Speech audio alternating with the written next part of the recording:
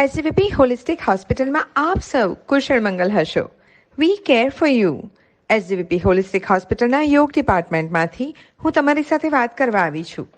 આજે 11મી ડિસેમ્બર 2020 કારતક વદ 11 ને શુક્રવાર છે. સાંભળીએ શ્રીમદ ભગવદ્ ગીતાજીના પહેલા અધ્યાયમાં ગઈકાલના શ્લોકનો ભાવાર્થ હતો. આપણું સૈન્ય બળ અમાપ છે અને આપણે સૌ પિતામહ ભીષ્મ દ્વારા પૂર્ણપણે રક્ષાયેલા છીએ, જ્યારે પાંડવોનું સૈન્ય બળ ભીમ દ્વારા સારી રીતે રક્ષાયેલું હોવા છતાં તે સીમિત છે. આજનો શ્લોક: અયનેષુ ચ સર્વેષુ યથા ભાગમવસ્થિતાઃ ભીષ્મમેવાભિરક્ષન્તુ ભવन्तઃ સર્વ એવ હિ. અર્થાત, માટે સૈન્ય વ્યૂહમાં પોતપોતાના મોખરાના સ્થાનો પર રહીને આપ સૌ પિતામહ ભીષ્મની પૂરેપૂરી સહાયતા અવશ્ય કરશો. શ્લોક અહીં પૂરો થાય છે. ન્યુયોર્કની વાત છે. 1870માં બ્રુકલિન બ્રિજ. વોશિંગ્ટન રોબલિન અને જ્હોન રોબલિન બંને ફાધર એન્ડ સન એટલે કે બાપ અને દીકરાએ નક્કી કર્યું કે મેનહટનથી બ્રુકલિન વચ્ચે બ્રિજ બનાવવો જોઈએ.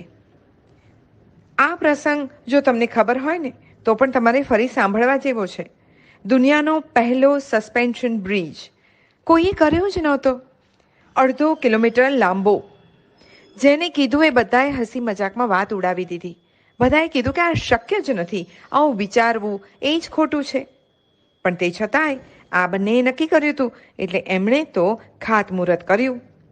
અને જેવું ખાતમુહૂર્ત કર્યું કે થોડા વખતમાં પિતા જ્હોન રોબલિનને વાગ્યું અને એમને ટિટનેસ થયું, ખૂબ બીમાર થયા અને મૃત્યુ થયું. આ મૃત્યુ થયું, પણ હવે બાપ તો ગયા. જેમના મગજમાં આ વિચાર હતો, જેમના મગજમાં આ સ્વપ્ન હતું અને એમણે જ પ્લાન બધો ઘડ્યો હતો. હવે શું થશે? ફરી બધાએ કીધું કે હવે તો આ વિચાર પડતો જ મૂકો, આ શક્ય જ નથી.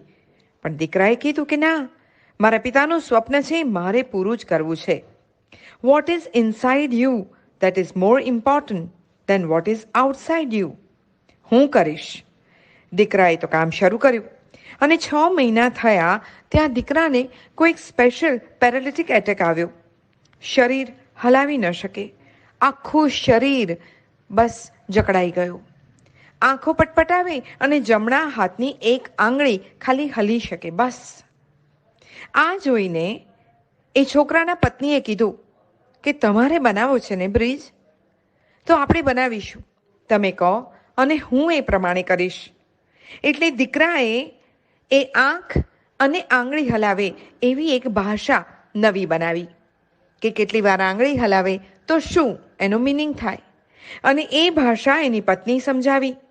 અને બસ હવે કામ શરૂ થયું. ધમધોકાર કામ શરૂ થયું. આ આંગળી હલાવે અને આંખ પટપટાવે એ ભાષાથી પત્ની કામ કરે અને પત્ની માણસો પાસે કામ લે. અને બસ 1870થી 1883 એટલે કે 13 વર્ષ. આ બ્રિજને બનતા 13 વર્ષ થયા, પણ બ્રિજ બન્યો. પથારીમાં રહે આ દીકરાએ આ રીતે કામ કર્યું, બિલકુલ નાસીપાસ ન થયો. અને એણે એના પિતાનું સ્વપ્ન પૂરું કર્યું અને પોતાનું પણ સ્વપ્ન પૂરું કર્યું. What is inside you that is more important then what is outside you. તમને કોરોના થયો છે એ હકીકત છે, વાત સાચી. પણ તમારા મનમાં જો એ ધગશ હશે, એ જોશ હશે કે ના, મને તો ક્યાંય મટી જશે, હું ફરીથી રૂટીનમાં લાગી જઈશ, બમણા જોરથી હવે જીવનમાં કામ કરીશ અને બીજાને મદદરૂપ થઈશ. બસ એ તમારા મનમાં જે હશે ને એ જ અગત્યનું છે. આ બહારની બધી તકલીફો તો ક્યાંય જતી રહેશે. આખો દિવસ છે તમારી પાસે. આ વાર્તા ઉપર સહેજ વિચારજો. બસ અહીંયા હું રજા લઉં, ફરી મળીશું. ત્યાં સુધી ટેક કેર. આવજો.